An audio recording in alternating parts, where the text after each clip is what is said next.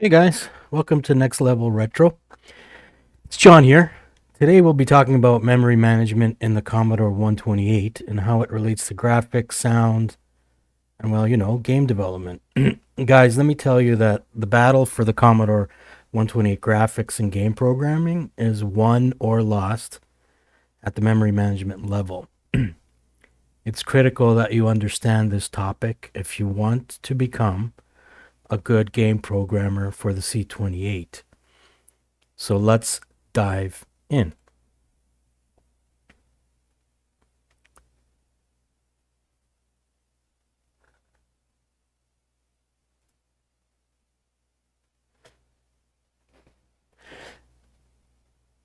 So, some of you might know how the Commodore 64 handles memory. Now, let's talk about how the Commodore 128 deals with video memory and how the video banks connect to the memory settings we choose. For those of you that don't know what video memory is or what video banks are, hang in there. I'll be teaching you all about that topic. What we'll be discussing in this episode. Understanding the Commodore 64 memory map is beneficial, but not required. Again, many of you are familiar with how the Commodore 64 handles memory, video banking, and so forth. If you're not, don't worry. You don't need to be. I wasn't. The C128 was my first computer. It was my base for learning 8-bit graphics and game programming. I often skipped the sections that talked about the C64.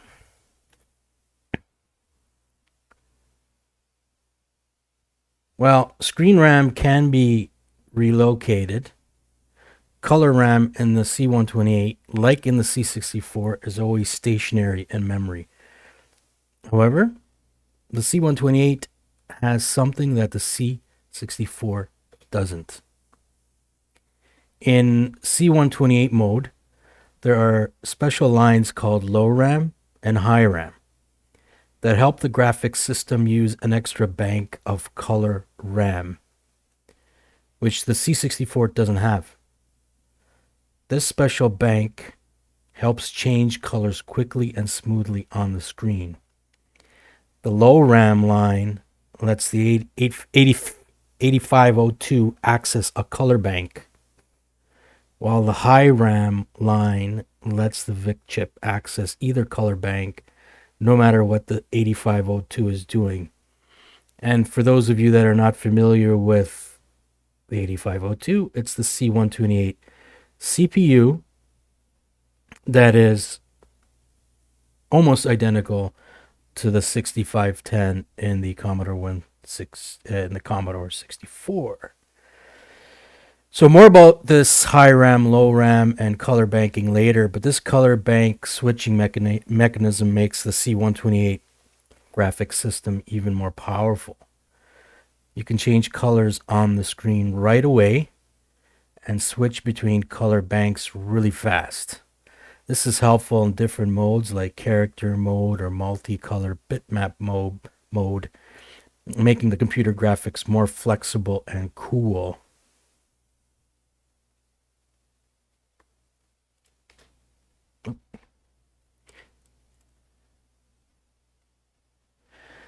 So it can get a bit confusing when reading different books, websites, or documents on the topic because the terms banks and blocks are sometimes interchanged. However, in science, it's very important to be precise in definitions so that no confusion arises. To that point, I will be clearly defining banks, blocks, and VIC banks in the context of hardware, RAM, and software, basic, and how they are related. It can get confusing, but not when everything is properly defined. With the Commodore 64, we only had to deal with one 164K bank of memory. Things were simpler, life was easy, but not when you ran out of memory. The Commodore 128 is more complex when it comes to memory management, but Bill Hurd and team didn't quite leave us hanging. The designers of the Commodore 128 came up with a chip called the MMU, or the Memory Management Unit, that manages the various configurations of memory that are available to us. So what, right? How do we tell the MMU what we want it to do? The MMU is totally configurable, of course. Otherwise, it would be totally useless to us.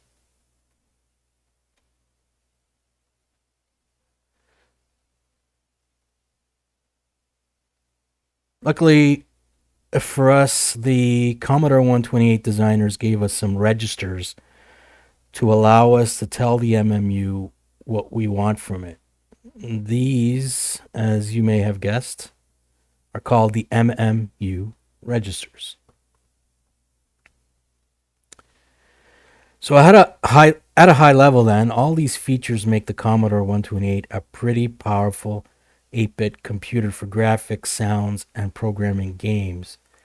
And the 2 megahertz 8502 and graphics and games will appear faster and more fluid than on the C64.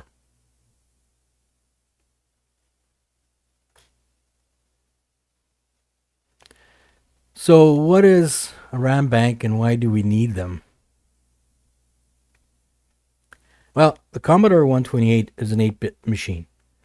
What that means is that it can only address 64K of memory at a time. If the machine can only address 64K of memory at a time, then how can it read all 128K of memory? Well, that's where banking comes in. In general, we can define a bank as a portion of memory. This is a very high-level concept. The concept of a bank can be made more specific when we are deliberate about the context. In the context of the Commodore 128 memory, a RAM bank is a specific type of bank. The Commodore 128, as we know, has 128K of RAM. To address the RAM, the engineers of the Commodore 128 divided it into 2 chunks of 64K each. Now, these two 64K chunks of RAM are referred to as RAM banks, or simply banks, when in the context of physical RAM. From a hardware perspective, the 2 RAM banks are referred to as RAM Bank 0 and RAM Bank 1, or simply RAM 0 and RAM 1. You can consider RAM Bank 0 as the lower bank and RAM Bank 1 as the higher bank. Or you can think of RAM Bank 0 as being very similar to the 64K of the Commodore 64, and RAM Bank 1 as being a chunk of additional 64K. Although that's not entirely a technically accurate definition, but close enough to help us understand the architecture. Now that we've defined a bank and a RAM bank, it's important to understand what banking is and does. So banking is a process that lets the 8502 CPU see a portion of memory. Where this concept can get confusing is when the term bank is used in different contexts. That is, if we are looking at RAM from the perspective of the hardware, or if we are looking at RAM from the perspective of BASIC or machine language. A RAM bank is not the same as a BASIC or machine language bank. However, we're really only talking about the verb banking, not the noun bank. Clear as mud? Banking is a concept that is easier understood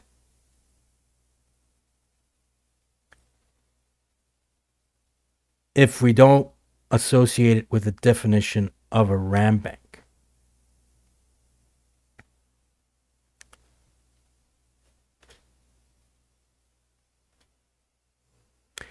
So in BASIC and assembly language, the two RAM banks of C64K, of 64K that I've thus far been referring to are not referred to as banks, but as blocks. So in basic dialogue, we'll say we'll say block 0 and block 1, or block A and block B.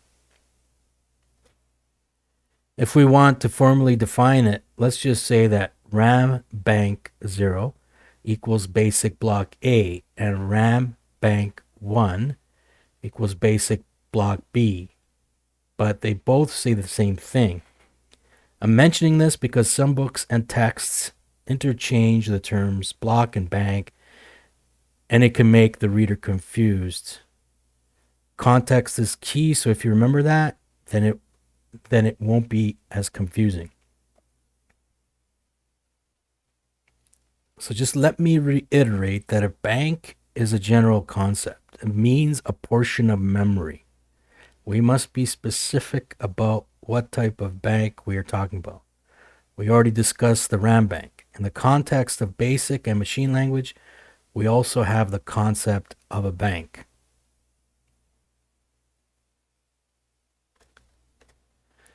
However, a basic bank is not the same as a RAM bank.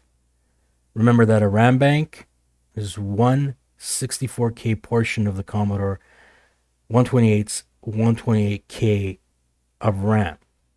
Don't confuse the two, and if some literature improperly uses the terms, you'll have an understanding of what they actually mean within the context they are speaking in.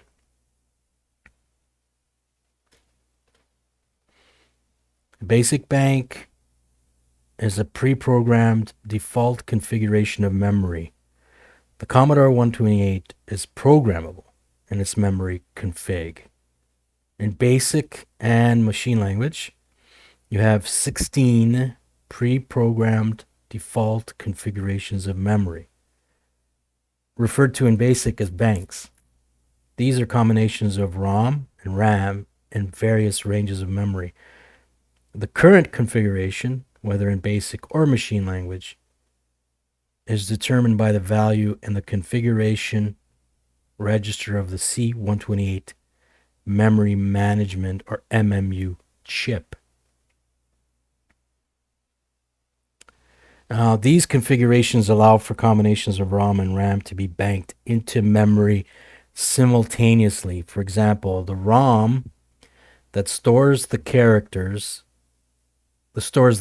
sets we discussed in the previous episode is only available in memory configuration 14, or bank 14, in BASIC. Let's though start from the ground up and work our way upwards. For now, know that default basic bank that the C128 starts up with is bank 15. The following slides will give us some clue as to what bank 15 looks like. Although, know that from now on, when I refer to a bank, I mean a basic bank.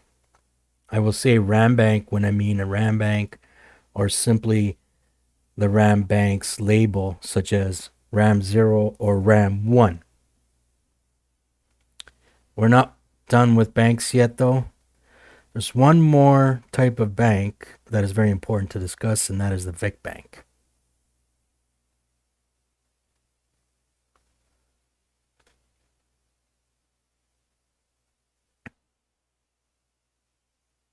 And before we get into the next slide, here's a representation, or here's a list of banks, which we will dive into a little bit later. This is from C128 Programmer's Reference Guide, 1986 Bantam Books. It's a book I highly recommend that you own or get an electronic copy of. It's the best book out there as far as I'm concerned for learning and understanding the Commodore 128, everything there is to know about the Commodore 128. So you can see here we have 15 banks, and on the second column we have the configuration of each bank. We'll get into that a little bit later. Okay, so getting back now to RAM banks, it's handy to think of the Commodore 128 as having 128K of contiguously addressed RAM from address 0 to address 128K minus 1 rather than two banks each, as in this graphic shown here.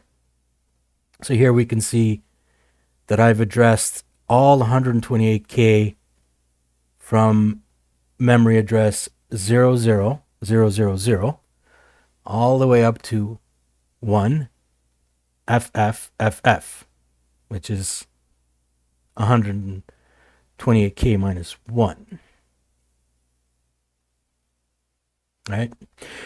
So, as in the graphic, imagine addressing the RAM with a 17-bit address bus where RAM 0 and RAM 1 are contiguous. Alternatively, we can also think of the 17th bit as acting like a bank selector, where 0 in bit 16, and I'm talking about the 17th bit, selects RAM 0, and a 1 in bit 16 selects RAM 1. It's a simple thing to remember, but helps avoid confusion with many beginners. It also helps a bit to remember that the VIC-II can see all 128K of RAM, albeit only 16K at a time. We'll be discussing that later.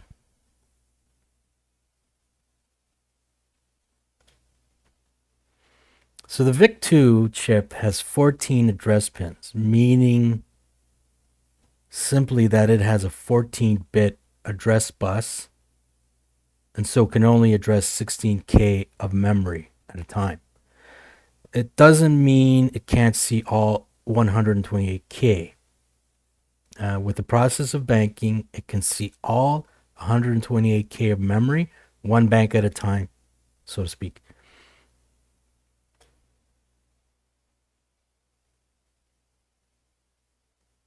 So if we look at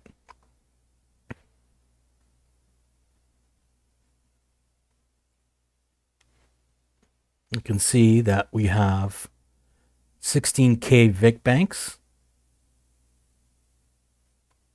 and each one is 16K in size. And we'll get into more detail in this soon.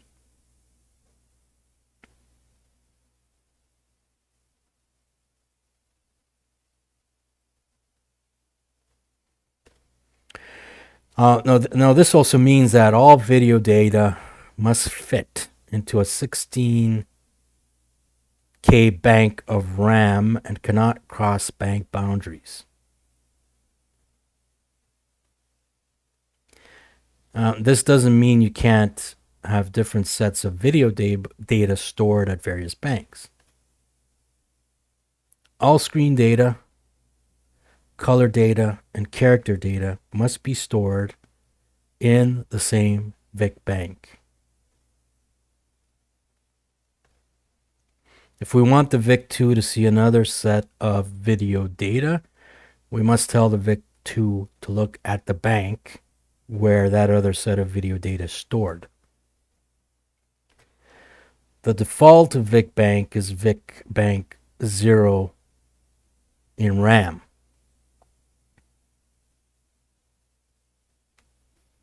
Notice that when we are in RAM 1, the VIC bank numbering sequence restarts from 0. So we have VIC banks 0 to 3 in RAM 0 and VIC banks 0 to 3 in RAM 1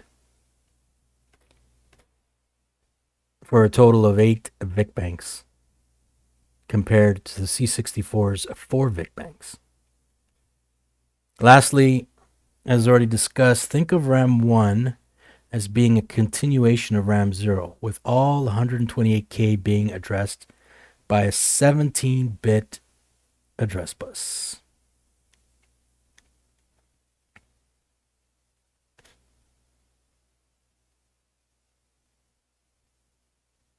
Okay, now let's take a closer look now at RAM 0. This is the default RAM bank and a very important one. A lot is happening here. Again, we know that RAM 0 is 64K in size.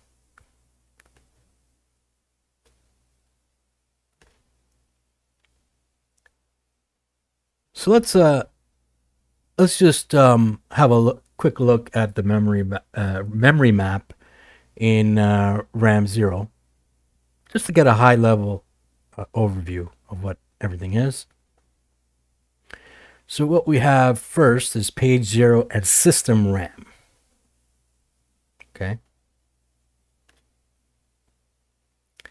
Now this is the same as a 64, but can be relocated. So if you're already familiar with the C64, then you'll be familiar with this first 256 bytes of address space known as the 0 page. It's no different in the C128, but unlike the Commodore 64, the 0 page in the Commodore 128 can be relocated to a certain extent. Again, in C128 mode, the memory map is more flexible and you have more control over memory allocation. The MMU allows you to configure this, and more on this later. So in that same chunk of memory, we also have the stack. So the 256 byte stack on the C128 is the same as the one found on the C64.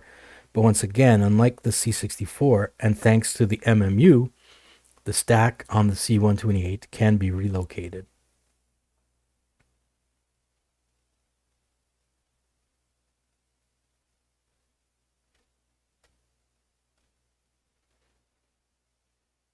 All right, so then we have 1K of screen RAM. Nothing much changes from the C64 to the 128 in terms of the default location and size, but once again, the Commodore 128 provides more flexibility in memory management compared to the C64, including the ability to relocate the screen RAM. Yes, that's awesome.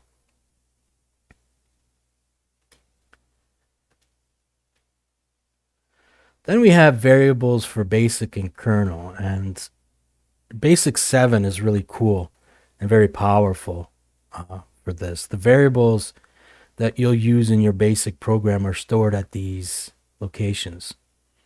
Recall that for the 64, the storage of your basic program starts at address hex 801, and both program code and variables are stored here. For the 128, only variables for basic and the kernel are stored here. The start of RAM for C128 program code will be discussed in a bit.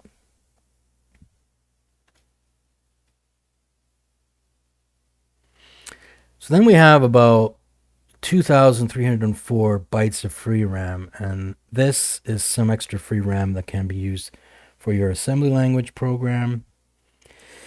And it's a convenient spot for storing variables and other data types. More on this when we get to assembly language graphic programming in a future episode. So then we have basic RAM. In the C64, this area would also be used for basic. But guess what the C128 can do that the C64 cannot? You guessed it, this area can be relocated by configuring the MMU. Now, I won't get into the reason why this might be done, as I don't want to focus on this at the moment, and I don't want to get too bloaty with this video. Perhaps on another episode, we can explore this.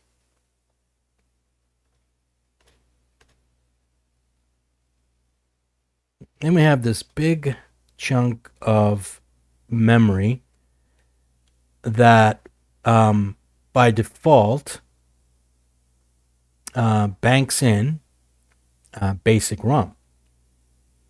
And it is larger than the C64's basic ROM, obviously, because in the C64 we have basic 2.0, and in the C128 we have basic 7.0.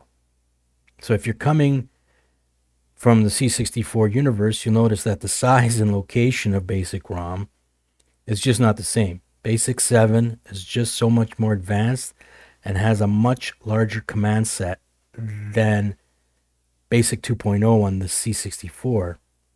On the C64, basic ROM is stored in 8K from address hex A000 to hex BFFF. Compare that to the C128, which has a 28K ROM. That's a lot.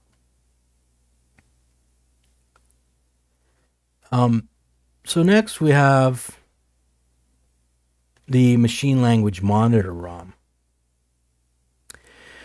Now this is another cool thing about the Commodore 128, and in that it has a built-in machine language monitor. On some future episode, we'll play around with it, but that's not the focus of this series, so let's move on. Next, we have the screen editor ROM. Now, for those that are just not familiar with the C64 or 128, the screen editor is the first thing you see when you boot up the computer. You're presented with some text at the top that says Commodore Basic 7.0, copyright 1986, etc. And then a ready prompt waiting to accept commands. This is where you can enter basic commands in direct mode or start writing your basic program, change the color of the border, background, and text, load files from disk, and more. This is basically a machine code program that's stored in a 4K ROM.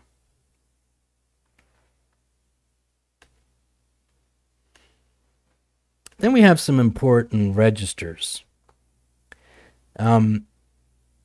So here we have a whole host of registers for controlling the VIC, SID, VDC, which we will come to in a future series, and the MMU. Now these registers cannot actually be used to control the MMU by the program. The programmer must use what's called shadow registers. We'll see that in a minute. For the VIC, which is our primary focus for this video series, this will look familiar to C64 programmers.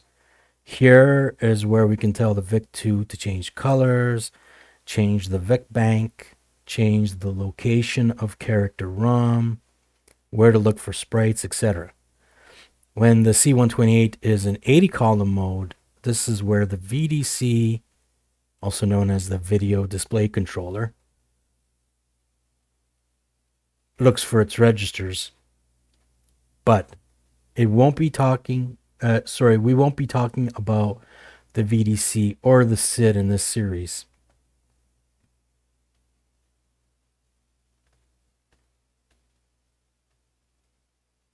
Next, we have a 2K block for color and CIA registers. So for now, the first 1K block for color is important to us. The 2K block that overlaps the 1K block for colors, that is for CIA registers And we will be discussing that on another series. Just know that if we want to read write any of the serial, cartridge, or joystick ports, we have to bank the entire 2K IO block in via the MMU. Now, by default, the first 1K is used for color RAM, and that's our focus for now.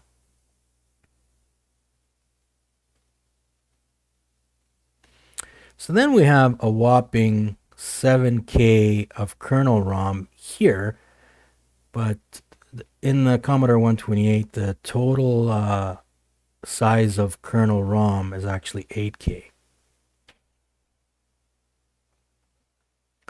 So the kernel ROM in the Commodore 128 has a size of 16 kilobytes. In fact,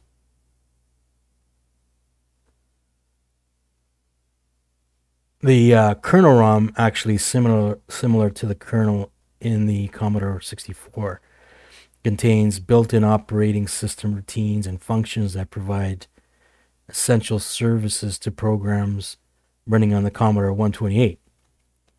The kernel includes routines for input, output, disk access, screen handling, and other essential functions. These routines are accessible to the programs through the kernel's entry points, and they form a crucial part of the Commodore 64's software infrastructure. So the kernel part plays a big part in the overall operation of the machine. And it's no different than in the Commodore 64. It has its own kernel as well.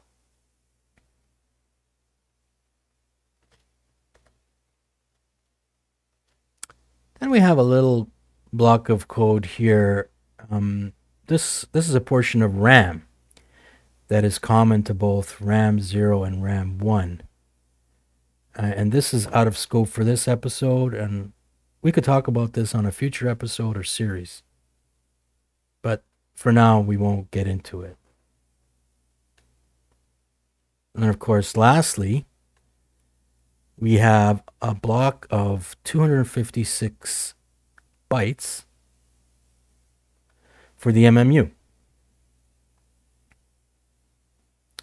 So we have the upper 256 bytes of RAM 0 dedicated to holding the MMU registers, while a 256 byte block is reserved. Only 32 bytes are actually used. So keep that in mind.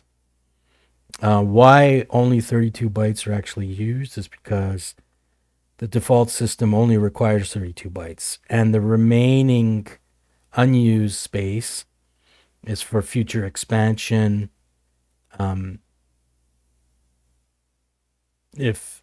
Because there are in fact ways to expand the Commodore 128, but we won't get into that. We won't get into that today at all.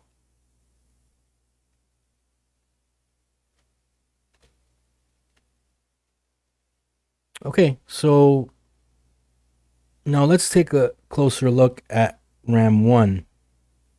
So the thing that stands out here is the amount of free RAM that is available to use if we're using BASIC.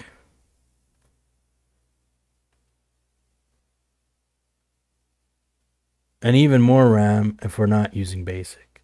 It's a massive amount compared to the C64.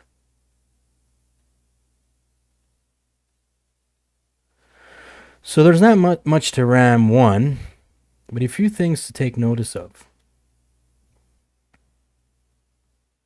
Again, we have page 0 and system RAM. Now this is the same block of RAM found in RAM 0, which means that one and the same page 0 can be accessed by the system and your program, no matter what RAM bank is currently switched in. It's the same page 0. This is true also for the stack. And this is a clever design because it prevents having to continuously switch banks to get to page 0 or the stack. By making page 0 and the stack common to both banks, precious clock cycles are saved. So that's pretty important.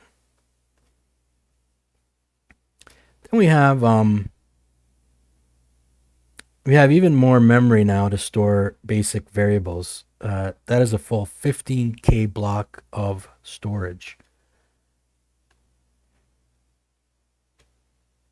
All right, so then we have some free RAM. As discussed, RAM 1 has plenty of free RAM for user programs. This free RAM spans from address hex 4000 to hex FBFF.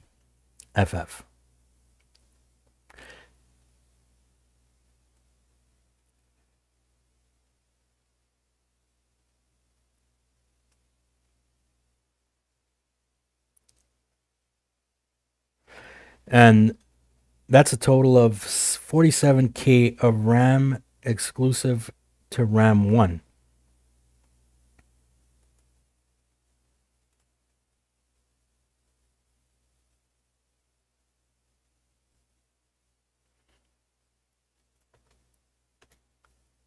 Then again, we have some common RAM, and this is an additional 768 bytes of common RAM, which gives us almost 48K of free RAM in RAM 1. But if we're not using BASIC, we actually have an additional 15K block of storage, which makes a total of almost 63K of free RAM. That's pretty amazing, if you ask me. And then again, we have the MMU. Although we're looking at RAM 1, this 256 byte block is the very same block we have in RAM 0. That's to say that when we switch in and out of RAM 0 and RAM 1, the contents of the MMU registers are exactly the same each time.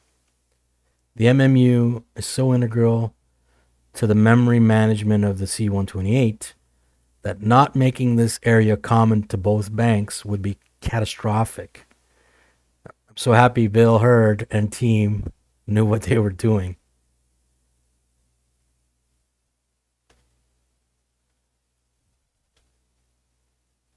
So here we have this graphic again.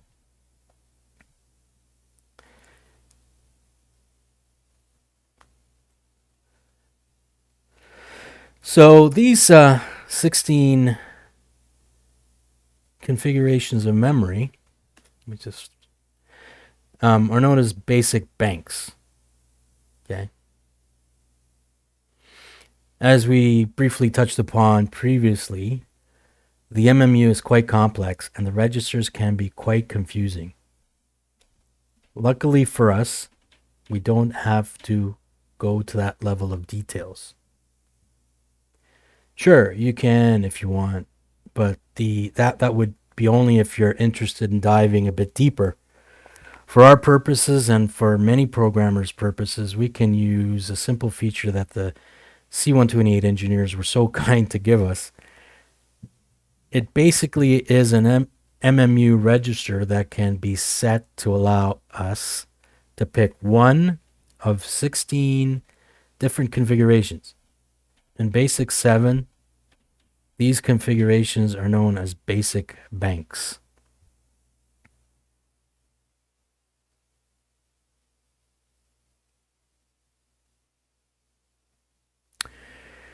So in Basic 7, it's pretty easy to switch banks. And all we do is issue the command bank followed by the bank number. So if we want to switch to bank 0, issue the command bank 0.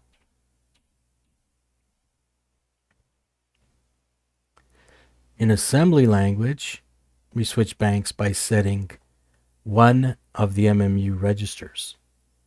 So as we briefly mentioned, there is an MMU register that can be set a certain way to tell the MMU to switch to to a specific bank. In this way, it's also pretty straightforward to switch banks in assembly language. You basically store a certain value in that register for a certain bank number. If you're not familiar with the 6510 or 8502 assembly language, don't worry, we'll be covering that in a future episode.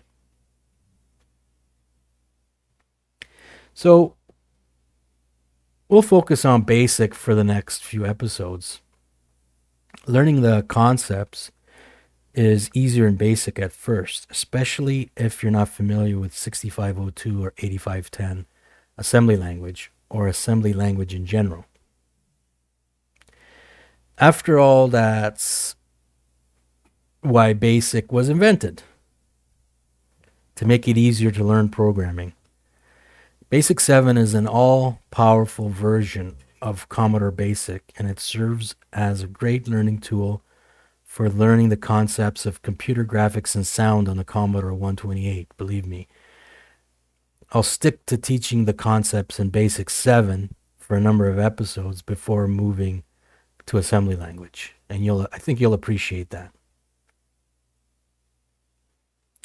The most common banks are banks 0, 1, 14, 15. And let's take a closer look at all the banks and understand why only banks 0, 1, 14, and 15 are relevant for us.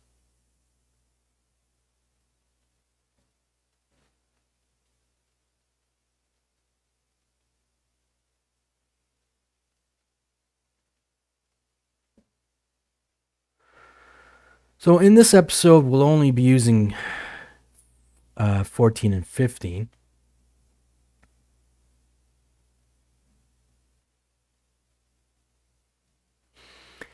At startup, bank 15 is the default.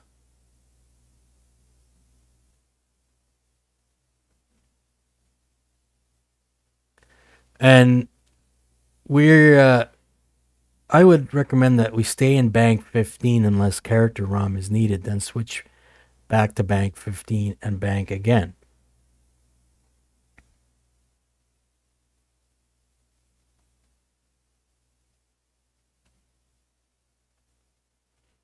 Let's go through the various banks now. And actually, I did kind of step ahead in my presentation. So I will get back to that in a minute. What I want to do first is I want to go through and discuss the 16 banks one by one. So let me just go ahead and do that for you. So let's start with bank 0. Okay, so this is basically RAM 0. It's an important RAM bank, as we've seen. Here, though, no ROMs have been switched in, so that is to say we won't be able to see the ROM that stores the character generator data. We'll need the character generator ROM at some point in this episode and the next. But bank 0 is pretty important to us regardless. Now, bank 1, this is RAM 1. This is a good bank to switch in to because it has a lot of free RAM for our programs and data. So we'll be using bank 1. Now, bank 2, well, it's the same as bank 0. So we can disregard this one, at least for now. Bank 3 is the same as bank 1. So again, we can disregard this one for now. Bank 4, well, this is an all internal ROM, RAM 0 and IO. But often we won't need all the ROM, and so we'd rather switch in RAM for some of the ROM not needed. In this case, we can disregard this one also. And just a quick note that often a particular ROM is not needed in a program. And so it can be switched out of memory, and RAM can be switched in and give our program more memory to store data or code. Now, Bank 5, this is very similar to Bank 4, but instead of RAM 0, we'll be in RAM 1. So let's just skip it. Bank 6 is the same as Bank 4, which we are disregarding anyway. Bank 7, same as Bank 5, which we are also disregarding. Bank 8 is kind of cool. But here we're switching into external ROM, which is like a cartridge. And we won't be worrying about cartridge RAM today. But in the future, we could get into it. It'd be kind of fun. Then we have Bank 9, which is similar to Bank 8, but with RAM 1 switching in instead of RAM 0. Bank 10.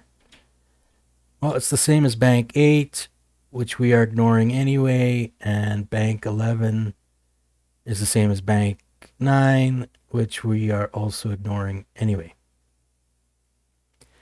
Now, Bank 12 and 13 we'll simply disregard to avoid getting too deep in what ROM low is, so let's just skip these for now. They're not really that important for us. And we have, we have Bank 14. Now, Bank 14 is a good one. It has the kernel ROM, basic ROM, RAM 0, and character ROM. Kernel ROM is always good to make available to your program, whether it's written in BASIC or assembly language. If we want to make use of basic routines, either from a BASIC 7 program or from an assembly language program, this is a good bank to be in. But what if we're writing an assembly language program and we don't want basic ROM to be switched in, for example? We want that address space to be RAM only. Well, that's not a problem. We can write to that address space while in Bank 14, and the C128 will happily let us do it. Of course, now reading from that address space will not retrieve the RAM data we stored there, but the ROM data that's switched in.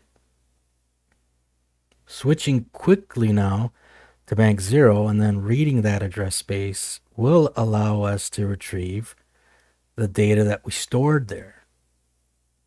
Now, if this is not clear to you, don't worry. We'll get to that in future episodes or series, but it's not something we need to worry about now because we have plenty of free RAM and RAM 0 for our purposes for now. So anyway, Bank 14 is a keeper. Now to Bank 15. Now, as we mentioned before, Bank 15 is the default bank. When we write a basic program, we are residing in Bank 15. Here is where we stay when we want to access I/O, such as the keyboard, screen, etc. Bank 15 is important to us.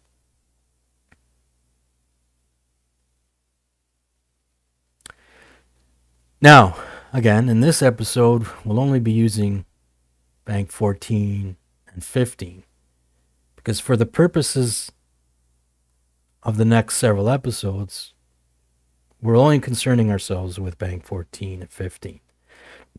These two banks will be enough for us.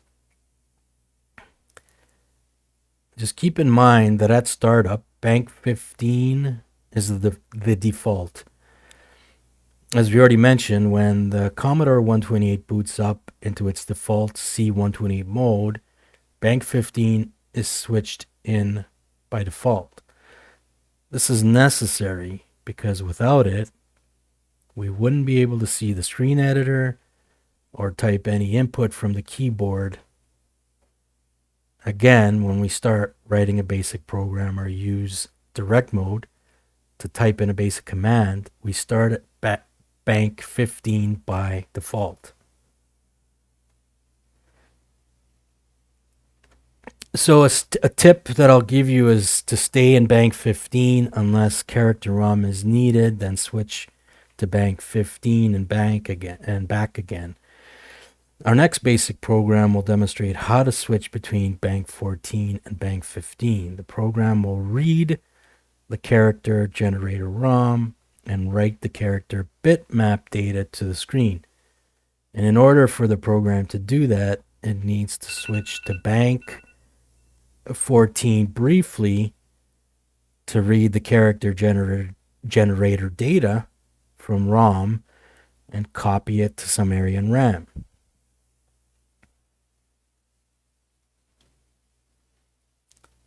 So why is all this important?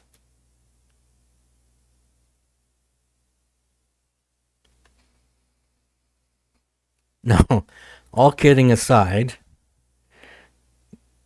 what does this all have to do with programming graphics on the Commodore 128?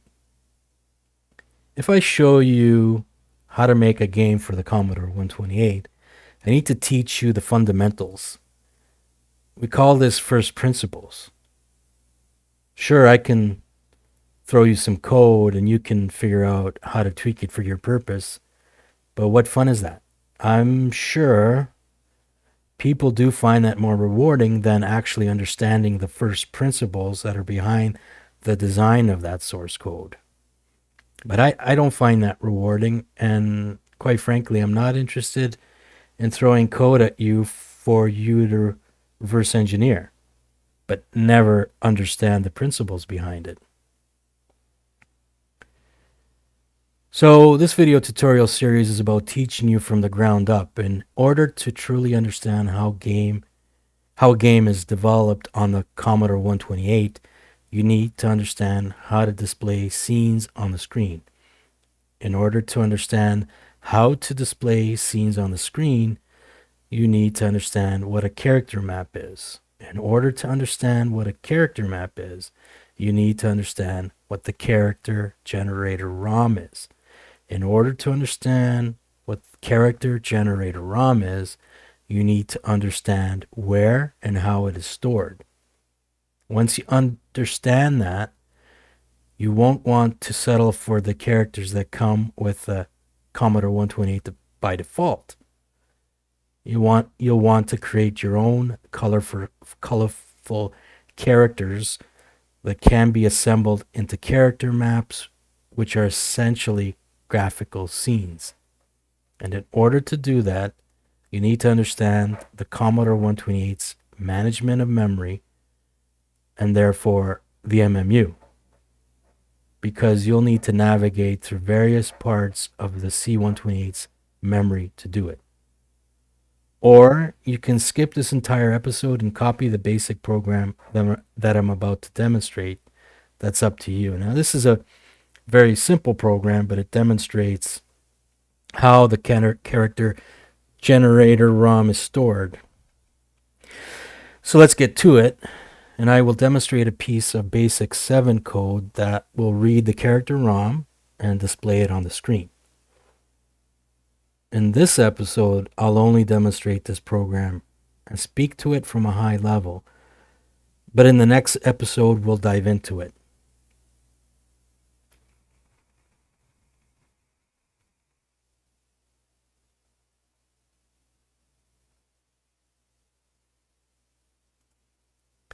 All right, so here's the code.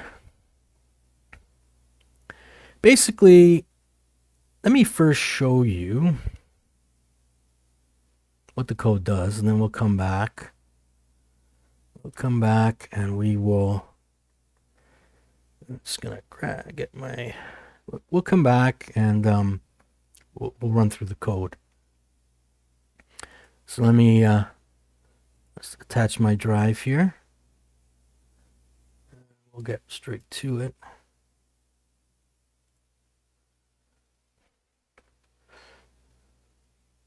So I'm going to load VIC-II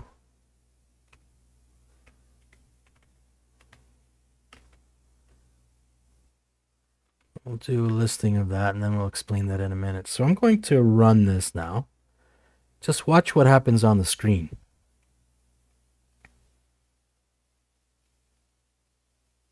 Do you see a pattern there? Do you see characters being drawn on the screen? You have the @ symbol, or at least Petsky's version of the @ symbol. You have A, B, C. Now you have D. Then you have E. Right? So forth. I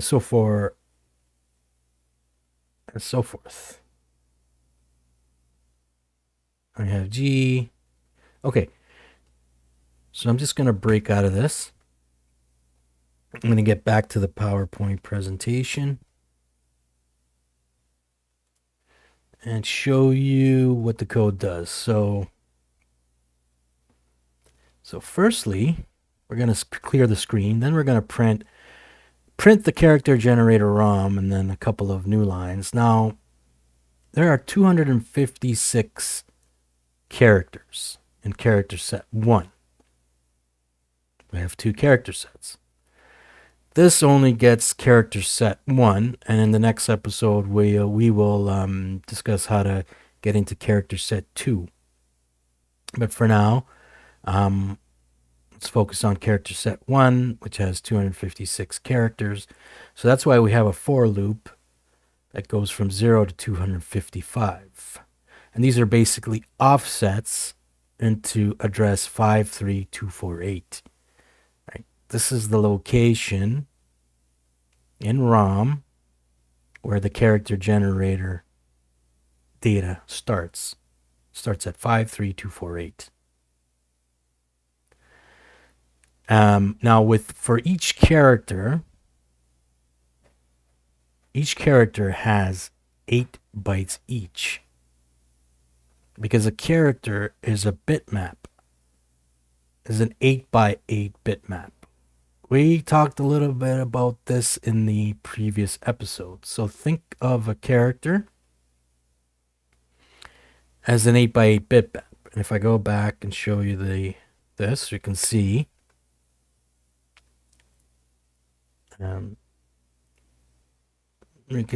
that if we look at the H character, we have 1, 2, 3, 4, 5, 6, 7, 8 columns by 1, 2, 3, 4, 5, 6, 7, 8 rows. So on the screen, when a character appears, it's actually an 8x8 pixel representation of that character. So going back here, that's why we have an inner loop going through each row of the character. Then we have, what we do is we set the address of the next pixel. So here we're setting the address to the base address. We're adding to it the index of the character times 8, because every character is 8 bytes long. So every time we go to the next character, we have to advance another 8 bytes. So we're multiplying the character index by 8 and then adding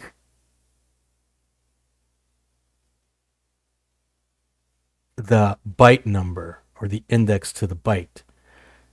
So here we are basically going through each row.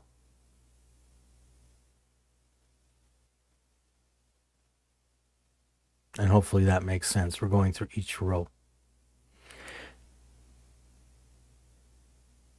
So in bank 14, then we have to switch to bank 14. Recall that the character ROM is in bank 14.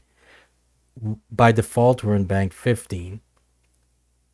And so we're not, if we're going to read from 53248 address, we're not going to get the ROM.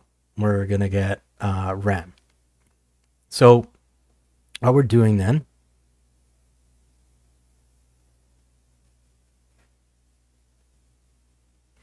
what we're doing then is we are getting that address. So that address is basically 1 byte, which represents 1 row in the character. And we're switching back to bank 15. That's our home bank. And now what we're doing is we're looping pixel by pixel in the current byte. So we are doing a little bit of math here, and we are stepping down by 1 from 7 to 0. So from bit 7 to bit 0. Okay, and we're doing a little bit of math to say, is it a 0 or is it a 1? And we're looping. And eventually we'll get through the entire character generator ROM. And so let's go back to the Commodore 128 here, and let's run it again. And you can see, I'll just say run.